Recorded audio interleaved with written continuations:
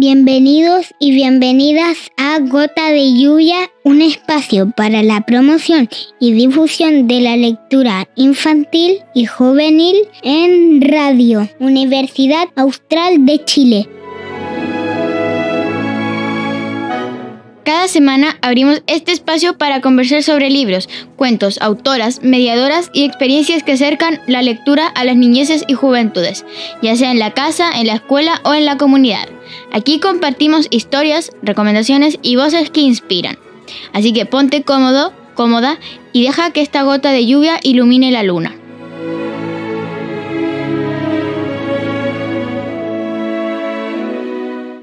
Bienvenidos y bienvenidas a una nueva emisión de Gota de Lluvia, este espacio para la promoción y difusión de la lectura y la literatura infantil y juvenil.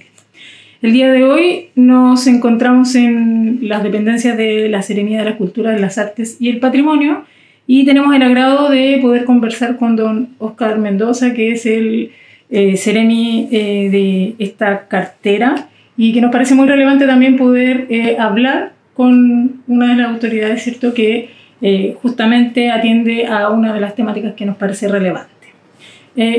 Quiero partir, diciendo que este programa va a ir dedicado a la memoria de don Bruno Serrano, poeta, gestor cultural, escritor, investigador, que falleció recientemente el sábado pasado y sin duda es una pérdida lamentable para el mundo de la cultura, así es que enviamos un saludo afectuoso a la familia y también a la familia del mundo del libro que sin duda se ha visto de alguna manera afectada por su pérdida y también considerando que fue el que asumió en primera instancia, ¿cierto?, la cartera cuando era todavía Consejo de las Culturas y las Artes, fue el primero en asumir ese mandato dentro de la región. Muy bienvenido, Óscar, gracias por aceptar esta invitación y por concedernos el espacio para poder hacer esta entrevista. No, muchas gracias, Cecilia. Para mí, bueno, y para la Seremía es importante estar en tu programa y por supuesto nos adherimos al duelo y al dolor que provocó la partida repentina de Bruno Serrano y la Vaca, que fuera efectivamente el primer director regional en ese tiempo el Consejo de la Cultura y las Artes, ¿no?, que es la institución antecesora de este actual Ministerio de la Cultura, la Arte y el Patrimonio. Uh-huh. Así es. Bueno, y en esa línea un poco, desde ese entonces hasta acá, porque estamos hablando que este es un espacio que tuvo cabida a partir del año 2008 en la región, ¿no?, luego de conformada, ¿cierto?, la región. Y en ese sentido me gustaría preguntarle cuáles han sido los avances o el posicionamiento de esta cartera en la región desde ese 2008 hasta entonces. ¿Cuáles han sido los principales desafíos? ¿Cuáles son las principales fortalezas de la región para fortalecer, digamos, lo que tiene que ver con el ámbito cultural? Sí, bueno, ha sido un caminar, ¿no? Desde, por supuesto, ya se van a cumplir el 2027, 20 años de la región de los ríos, y claro, surge primero como consejo, luego el 2017 se promulga y se publica la ley que crea el Ministerio de la Cultura, la Arte y el Patrimonio. Y bueno, ha sido un proceso creciente de inserción, de presencia y de acción primero del Consejo y actualmente del Ministerio en la región. Digamos que ha sido un proceso creciente y en este gobierno particularmente hay un esfuerzo del presidente Gabriel Boric, hay un compromiso de aumentar, de incrementar no solo el presupuesto, sino que también la acción descentralizada del Ministerio en la región. Y en eso hemos estado. Entonces, este año podemos decir, en términos de alguna cantidad, digamos, que nos pueda ilustrar, hay un incremento del 40% de los fondos concursables en términos presupuestarios. Y esto, por supuesto, que dinamiza la ya intensa y densa comunidad creativa de la región de los ríos. Uh-huh. Y en ese sentido, ¿cuál cree que ha sido la principal fortaleza de la región respecto de otras regiones que tienen mucho más tiempo, en que probablemente el funcionamiento ha sido o ha estado más consolidado en un tiempo menor, digamos, en esta región en que es una región nueva, es una región pequeña. ¿Cuáles son las principales fortalezas en el ámbito cultural particularmente? Bueno, yo creo que la principal fortaleza es su población, precisamente. Son sus vecinas, sus vecinos, la comunidad creativa de la región de Los Ríos, que a pesar de que estamos a puertas de cumplir los 20 años, y antiguamente éramos una provincia, pero es una provincia con mucha historia, ¿no? con mucha identidad, con una incluso precolombina, ¿no? Aquí de existencia, particularmente el pueblo mapuche en estos territorios. Entonces, esta es una... Y luego con procesos migratorios, ¿no? Que han densificado el ecosistema cultural de la región. Entonces, yo diría que la principal fortaleza es eso, ¿no? Son sus habitantes, ¿no? Son sus habitantes y su comunidad creativa, que en relación a otras regiones, a pesar que en términos poblacionales no tenemos una gran población, sí tenemos una alta densidad de proyectos, de creación, ¿no? de eventos culturales, de actividad cultural. Así es, de movimientos culturales. Un poco en esa misma línea, y pensando en las estrategias quinquenales, el informe de diagnósticos regionales de las estrategias quinquenales regionales 2023-2027, se observa que efectivamente la región es una región que, a pesar de ser nueva y a pesar de ser pequeña, se consolida de manera positiva, digamos, en varias de las dimensiones que de alguna manera se observaron en este diagnóstico. Sin embargo, hay un punto que es crítico, que tiene que ver con las mujeres, ¿no? Y se observa como un nudo crítico, por lo menos en la región, que se caracteriza, a diferencia de las otras regiones, que tiene que ver con la proporción de salario medio que reciben las mujeres dependientes respecto del salario medio de los hombres dependientes del ámbito cultural. Esto del año 2021 estaba muy por debajo de la media nacional, posicionando de hecho a la región en uno de los últimos lugares. Entonces, respecto de eso, y un poco en atención, ¿cierto?, al gobierno actual, me gustaría que si pudieras contarnos qué se ha hecho o qué se puede hacer concretamente a nivel regional para abordar un punto tan importante y tan crítico que tiene que ver justamente con las mujeres que se desempeñan en los ámbitos culturales. Sí. Que mueven de alguna manera la cultura, ¿no? Desde luego. Sí, bueno, la pandemia dejó en evidencia la precariedad laboral de hombres y mujeres insertos y que trabajan en el ámbito de la cultura, ¿no? Y particularmente mucho más precaria la situación, como tú señalabas, de las mujeres, es cierto. ¿Qué podemos señalar? ¿Qué se ha hecho respecto de ello? Bueno, los índices en general de seguridad económica en general en la región han ido en alza en general, ¿no? En el ámbito de las culturas y particularmente en este gobierno se han tomado algunas medidas asociadas, iniciativas asociadas al tema de equidad de género. Podemos señalar, por ejemplo, que este año por primera vez se incorpora un filtro, digamos, de postulación a los fondos concursables, que no pueden postular si no han resuelto el tema del pago de las pensiones de alimentos de hombres, ¿no? Ese es un tema bien porque tiene algún impacto, por supuesto que tiene un impacto en la equidad de género. Normalmente los deudores ahí somos los hombres, ¿no? Esa es una medida. Entonces este año se incorpora como un requisito el no tener deuda en relación a la pensión de alimentos. También en los proyectos de fondos concursables se puede utilizar un ítem para cuidados, de tal manera que aquellas mujeres que tienen personas a su cargo, hijos, en fin, pueden disponer de fondos para poder mantener ahí un cuidador, contratar a alguien que permita a esta mujer entonces dedicarse al tema de su proyecto como responsable del proyecto, ¿no? Esa es una medida concreta también, ¿no? Y bueno, en general también se ha promovido, hay un programa recuerdo que hubo un programa el año pasado que se llama Mi Primer Trabajo, ¿no? Donde había una subvención para la contratación y ahí estaban incorporadas también las mujeres. Pero claro, es un tema que sigue pendiente, ¿no? Esta es una región que históricamente ha tenido... La inserción laboral es compleja, ¿cierto? Pero en esos avances hemos tenido, y además tenemos, no sé un porcentaje, pero muchas de las personas que se adjudican proyectos son mujeres. Exacto. ¿No?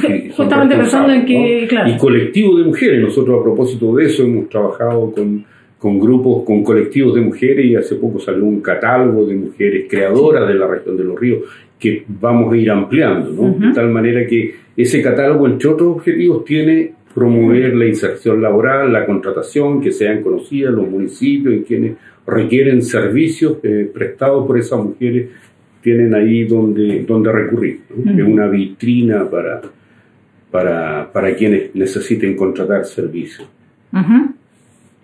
Y respecto de este mismo diagnóstico, que los datos son del 2021, eso es importante decirlo porque son 4 años y efectivamente podrían haber habido transformaciones importantes, pero consignan que en la región existen 31 bibliotecas.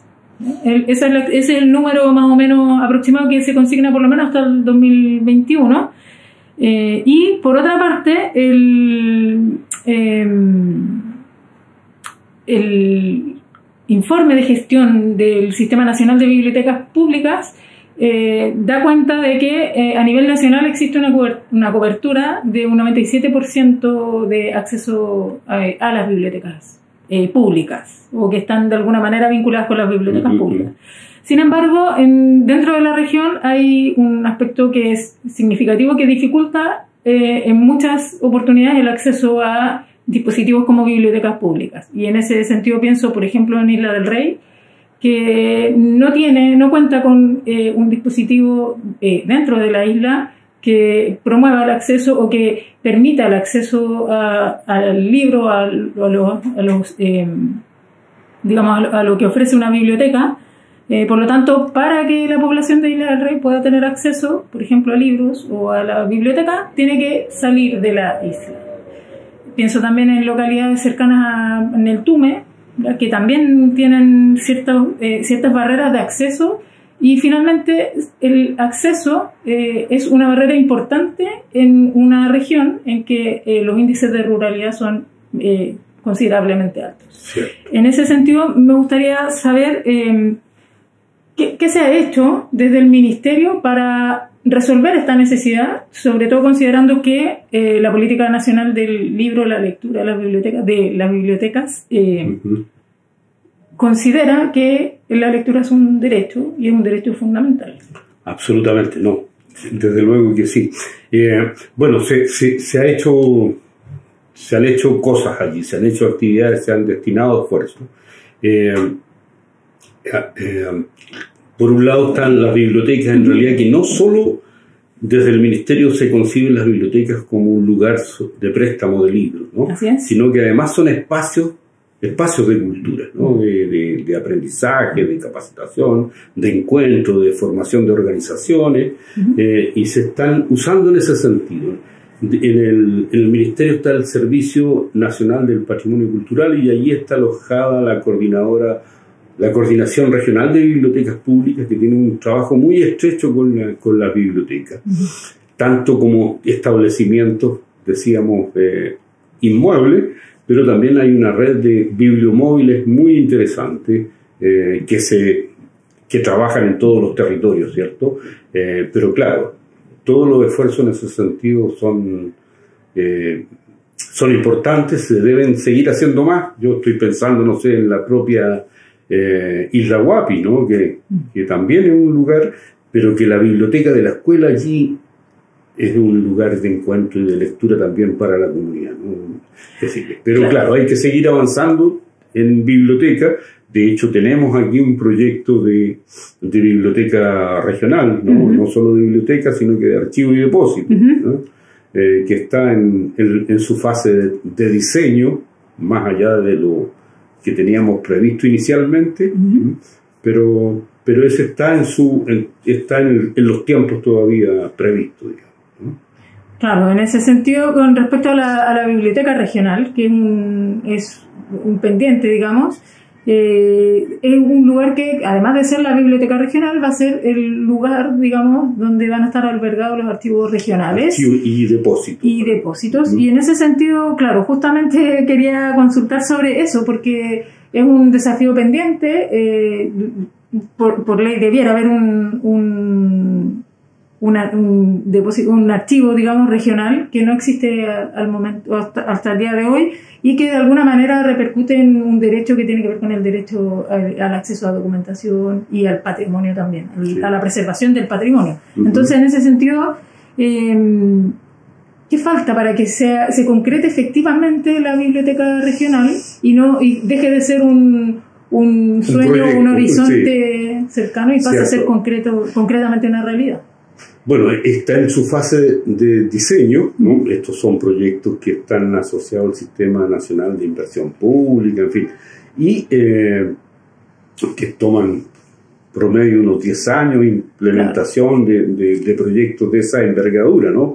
Y en este caso está en una etapa de rediseño, porque hubo temas ahí asociados al terreno al que se realiza la construcción, ¿no? Pero está avanzando, digamos. Este es un proyecto que es muy emblemático y que además es muy importante para la región, porque efectivamente, como tú señalabas, es una biblioteca regional con las características que tienen hoy día las bibliotecas regionales, que son espacios muy adecuados, muy pertinentes, muy acogedores, con una gran capacidad no solo de libros, sino de interacción en esos espacios, pero que además va a contar allí con espacios de archivos y con un espacio de depósito asociado al patrimonio cultural de la región. ¿Y hay así como una idea de más o menos en qué tiempo esto estaría ejecutado, digamos? Bueno, que eso requiere luego la fase de diseño, después de prefactibilidad, en fin, toma sus tiempos, ¿no? Toma sus tiempos. Pero lo que sí debo señalar respecto del archivo es que ya se está trabajando en el servicio del patrimonio cultural de la Dirección Regional en un archivo digital, ¿no? Ya hay una persona encargada de eso que está iniciando su trabajo, ¿no? Perfecto. Y respecto de la cultura y el acceso a la cultura para las niñeces y los públicos más adolescentes, ¿cómo observa usted el panorama en la región? ¿Los espacios están habilitados especialmente pensados en las infancias, por ejemplo, en las adolescencias? ¿Qué es lo que observa usted al respecto y cuáles son los desafíos? Bueno, sí, hay de todo, ¿no?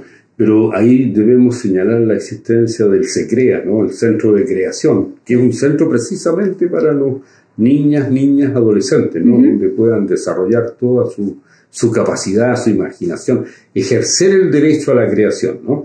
Pero claro, eso está concentrado en Valdivia, en un sector específico, en un barrio patrimonial emblemático, ¿no? Con algunos programas especiales de poder llegar a sectores que están dentro de la ciudad. Pero claro, en comunas en general se trabaja más bien a nivel de establecimientos educacionales, ¿no? Con CRA, biblioteca y otros espacios allí.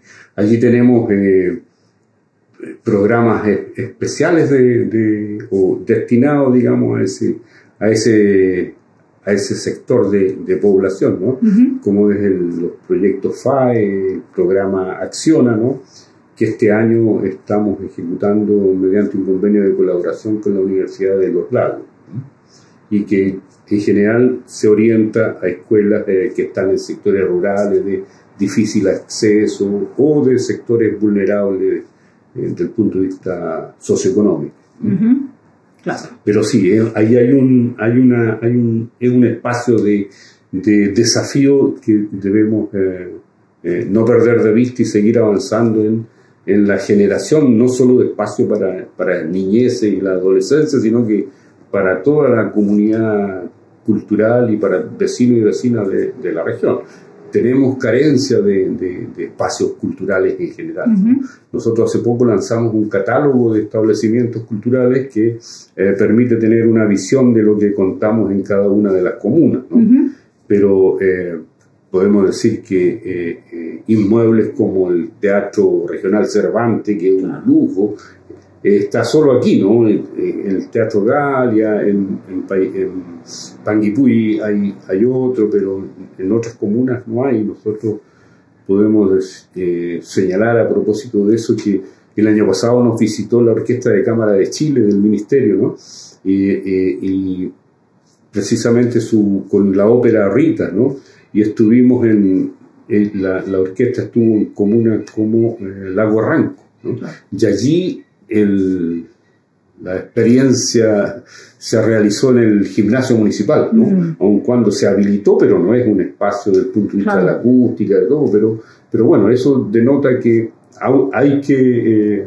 Sí, hay un desafío allí de infraestructura. Me acordaba justamente del concierto Otro Viento Cantará, que Uh-huh. también tuvo lugar el año pasado y tuvo lugar acá en Valdivia y en La Unión. Uh-huh. Y acá en Valdivia fue en 2 jornadas y era una tremenda puesta en escena, más de 200 personas Uh-huh. en el escenario, y tuvieron que dividir. Entonces Claro. se presentó la mitad de las personas, digamos, que eran parte de esta presentación, y al día siguiente, porque no hay una infraestructura que permita albergar. Claro. Y en ese sentido, ¿cuáles son los desafíos o cuáles son las dificultades justamente para construir espacios o infraestructura cultural? Bueno, varias, ¿no? Pero solo recordar lo que pasó con la ley de presupuesto, ¿no? Uh-huh. Hay que reconocer que en este país hay sectores que no asumen que que destinar recursos a cultura es una inversión y no un gasto, ¿no? Y ha costado muchísimo eso, ¿no? Entonces, ese es uno de los temas, cuando como sociedad se asuma que el desarrollo requiere también de cultura, ¿no? Requiere de inversión en cultura, requiere destinar recursos a cultura. Además vamos a tener un desarrollo mucho más sostenible, pero que debe existir un convencimiento de todos los actores que toman decisiones. Yo creo que ese es un principal desafío, ¿no? El destinar recursos, reconocer de que eso no es un gasto, no es plata perdida, no es una plata que debe, ante un evento en que deba priorizarse una u otra cosa, es la más desechable, ¿no? Que es lo que viene ocurriendo, o que históricamente ha ocurrido en este país, ¿no? Claro, después de la dictadura podríamos decir que es uno de los legados, ¿no?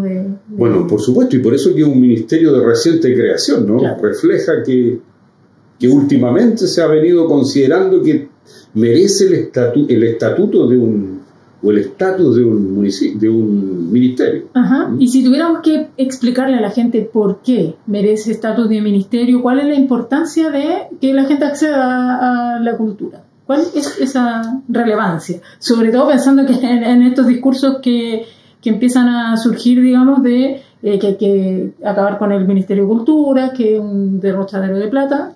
¿Cuál es la importancia que tiene? Bueno, mire, recuerdo que en la última cuenta pública el presidente de la República dijo que el crecimiento económico sin una justa distribución de la riqueza no es desarrollo. Uh-huh. Y yo, desde la vertiente sectorial ministerial, diría que también a eso yo le agregaría que no es desarrollo si no tiene elementos culturales, porque son transversales al proceso de desarrollo, ¿no? Desde en cultura, en ámbito de la seguridad económica, de la seguridad social, ¿no? Y de la seguridad pública, hace aportes culturales en eso, ¿no? Las actividades culturales permiten la recuperación de espacios públicos, por ejemplo, en el ámbito de lo que se conoce como la delincuencia, ¿no? En el ámbito de la economía creativa genera ingresos, ¿no? Claro. Permite, y que no contaminante, tiene ventajas sobre una opción económica extractivista. La cultura no genera condiciones precarias en la naturaleza, en fin. Entonces, un desarrollo sostenible, y así lo sostienen Naciones Unidas, en fin, debe tener un componente cultural, ¿no? Porque le da mayor sostenibilidad, le da mayor cohesión social. Pensando un poco en el desarrollo cultural y el hacer cultura, digamos, como trabajo, digamos, ¿qué pasa con la concursabilidad? Buena pregunta. Y yo antes señalo esto de, para el Ministerio de la Cultura, no es que nosotros llevamos cultura y permitimos el acceso a la cultura. La cultura está en todos lados, están todos los seres humanos, por su condición de ser humano tenemos cultura, ¿no? Entonces lo que nosotros hacemos no es llevar cultura, solo lo que nosotros permitimos es democratizamos el acceso a actividades culturales, actividades artísticas. Hay sectores de la población que han estado históricamente invisibilizados, imposibilitados de acceder a determinados tipos de eventos culturales y artísticos. Y entonces recuerdo ahora hay una medida que está bien, que en este minuto se está promoviendo, que es el pase cultural, que está en el programa del presidente Gabriel Boric, que estuvo y que se ha venido publicitando últimamente, y que lo que hace ese pase cultural es precisamente democratizar el acceso a determinados eventos, a consumo cultural, ¿no? Pero reconociendo siempre que el ser humano, que los chilenos, que las chilenas, que los vecinos urbanos, rurales, de pueblos originarios, en fin, todos tenemos cultura, y solo lo que a veces nos complica es el acceso a determinados tipos de eventos, de actividades, ¿no? Y en eso el Ministerio está trabajando para democratizar y permitir el acceso de todos y todas a esas actividades que a veces han sido solo para una élite, para algunos privilegiados, ¿no? Claro, exacto. Y volviendo a la concursabilidad, que buena pregunta, y yo no me estoy corriendo, pero se me había olvidado. Bueno, volviendo a ¿qué pasa con estaba en el programa de gobierno precisamente el transitar a otras formas de asignación de recursos, y no solo la concursabilidad, pero a propósito de lo que se llama el caso Fundaciones, ¿no? Donde hubo malversación de fondos, en fin, de dineros que son de todos los chilenos y las chilenas, hubo allí un recordatorio y una posición de exigibilidad, de transparencia, de probidad. ¿Y qué es lo que garantiza y efectivamente qué garantiza el que los procesos sean más transparentes, más probos? Son los procesos de concursabilidad, porque impide ahí ciertos sesgos, ciertas injusticias, entonces se avanza en concursabilidad, se ha instalado a propósito de esta experiencia, pero de todas maneras el Ministerio ha hecho procesos de transitar a formas distintas, como ha ocurrido a través de las organizaciones de larga trayectoria, ¿no? Trayectoria probada, que es por ejemplo, aquí recuerdo está la Corporación de Promoción Cinematográfica de Valdivia, y otras instituciones que están accediendo primero a un registro, luego mediante la presentación de proyectos de sostenibilidad adquieren los recursos para su funcionamiento. Pero en general la concursabilidad, la ventaja que tiene es eso, de asegurar que hay transparencia, que hay probidad en la asignación de recursos. Claro, pero esa es una ventaja, pero finalmente no siempre, precariza también. Claro, y no da sostenibilidad, no asegura la continuidad. Y entonces, bueno, tenemos que avanzar en buscar formas. Como digo, el Ministerio ha avanzado en algunos ámbitos, debiéramos avanzar en otros. Y claro, la concursabilidad no siempre es lo necesario en el ámbito de la cultura, ¿no? Hay que asegurar también sostenibilidad. Estamos avanzando en eso. Estamos en el término, digamos, ya cerrando el último tiempo del gobierno actual, ¿ya? Va de salida, digamos. Sí. En este periodo, en este último periodo, digamos, ¿cuál cree usted que han sido los avances más significativos en términos culturales en la región? ¿Y cuáles van a ser los nudos críticos que le va a tocar asumir o que debiera asumir en términos culturales la administración entrante? Compleja la pregunta, pero a ver, yo diría que los principales logros tienen que ver primero con que la cultura para este gobierno, y que se expresa entre otras cosas en los presupuestos, ¿no? Allí hay un compromiso de avanzar hacia el 1% del presupuesto de la nación destinado a cultura, ¿no? Desde muy bajo empezó este gobierno, ahora debiéramos terminar el próximo año cerca del 1%, ese es el compromiso. Entonces, eso ha implicado mayor cantidad de fondos, ¿no?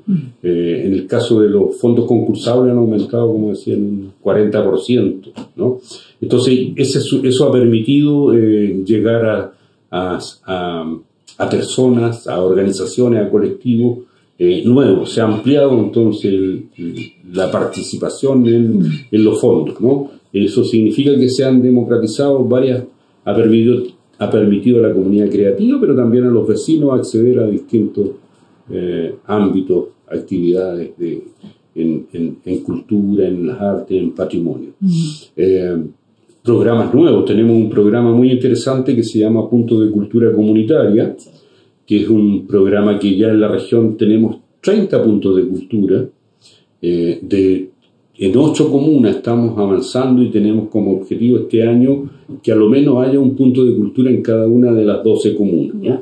Hoy día estamos en 30 puntos y que son precisamente lo que persigue este programa, es asegurar la sostenibilidad de las organizaciones que como requisito tienen que tener 3 años o más de existencia y cuyo problema ha sido mantenerse en el tiempo realizando actividades, ¿no? Y tienen que realizar bingo, no sé, algún tipo de beneficio para tener recursos para funcionar. Entonces lo que hace este programa es disponer de recursos para su sostenibilidad en el tiempo, asistencia técnica y articulación con otros centros de la región, incluso internacionales. Entonces, ese es un programa que tiene como una primera fase registrar a los puntos de cultura y luego que se registran, que se les reconoce, que cumplen los requisitos porque han venido desarrollando actividades en los territorios, pueden postular a fondos, ¿no? Pero que son fondos que están destinados solo a esos puntos de cultura. Por lo tanto, no hay una gran competencia en el acceso a esos recursos, ¿no? Ese es un programa interesante que también va a quedar instalado y que, bueno, y sigue siendo, respecto a la pregunta, ¿qué queda para el próximo gobierno? Bueno, primero es el compromiso con este ámbito, ¿no?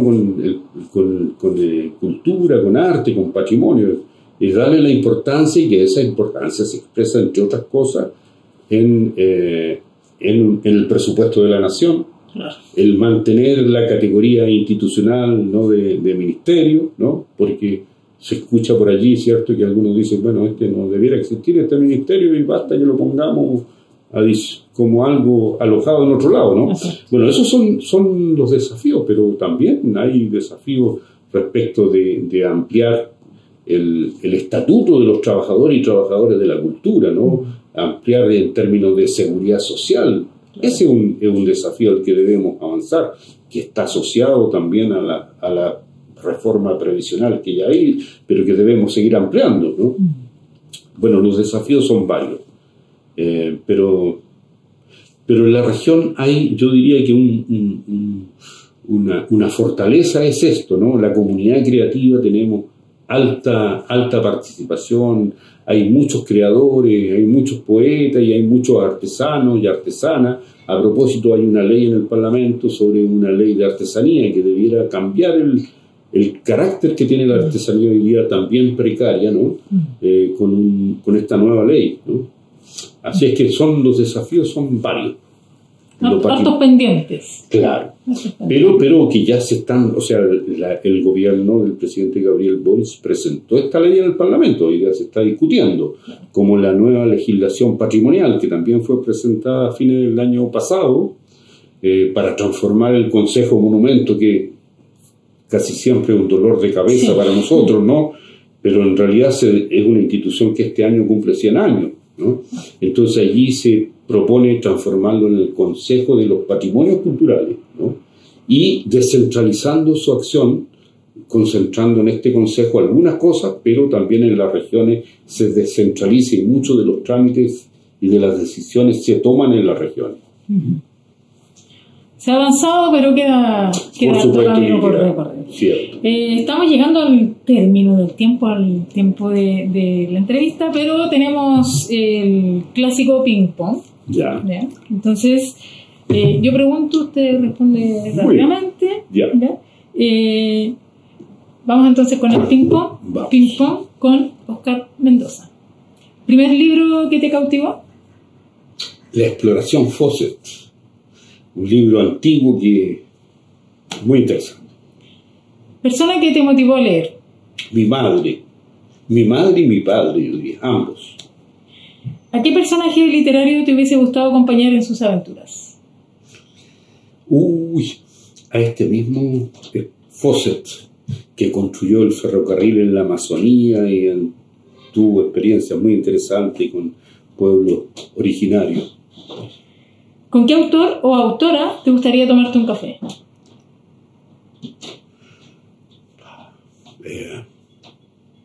Me hubiera vivo, o no importa. No importa. Me hubiera gustado tomarme un café con Pablo de Roca.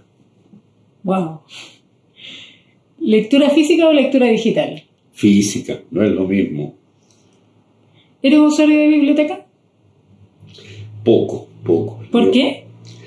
Porque no me queda tiempo y porque tengo hartos libros. Incluso alguna vez me di cuenta hace años que ya no podía leer todo lo que quiero leer, es tanto, y los PDF, en fin, que uno puede incluso imprimir para leerlo, ya es tanto que tengo todavía muchos libros que no he podido leer y que sé que probablemente ni siquiera lo alcance a leer.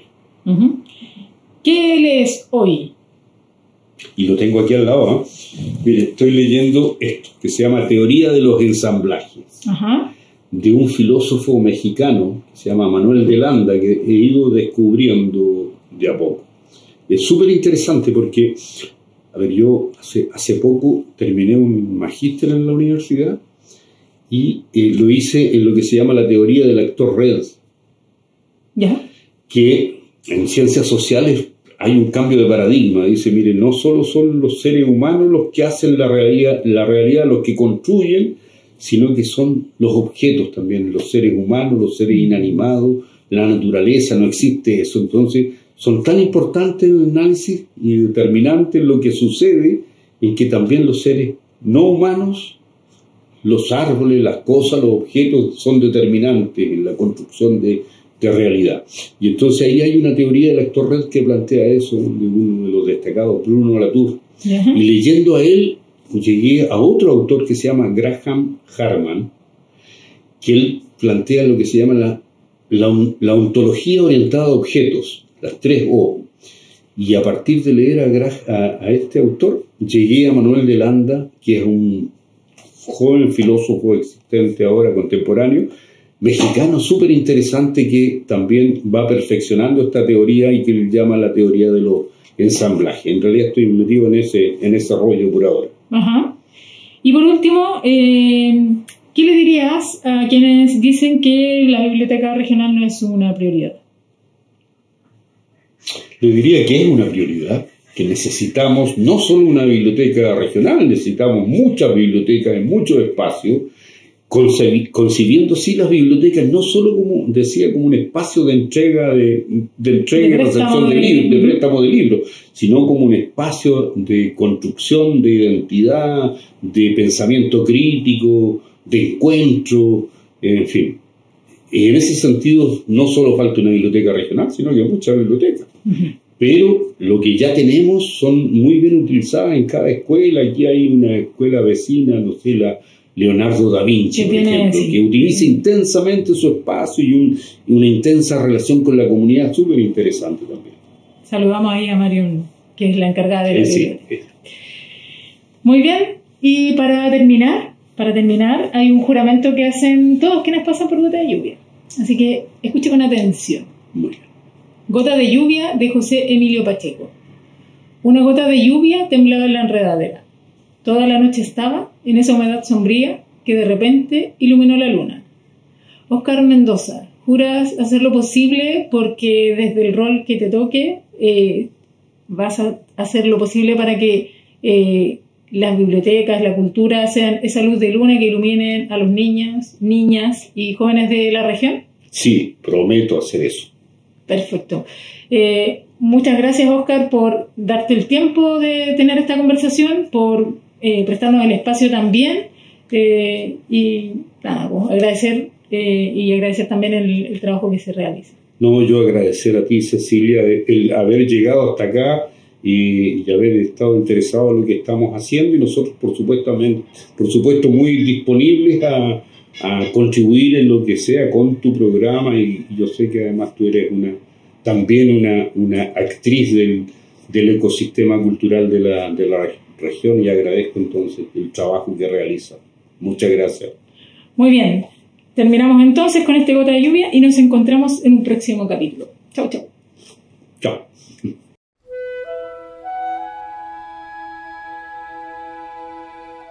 Hemos llegado al final de Gota de Lluvia.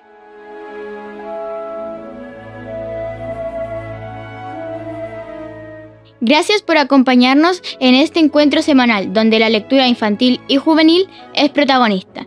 Nos volveremos a encontrar aquí en Radio Universidad Austral de Chile. Hasta la próxima.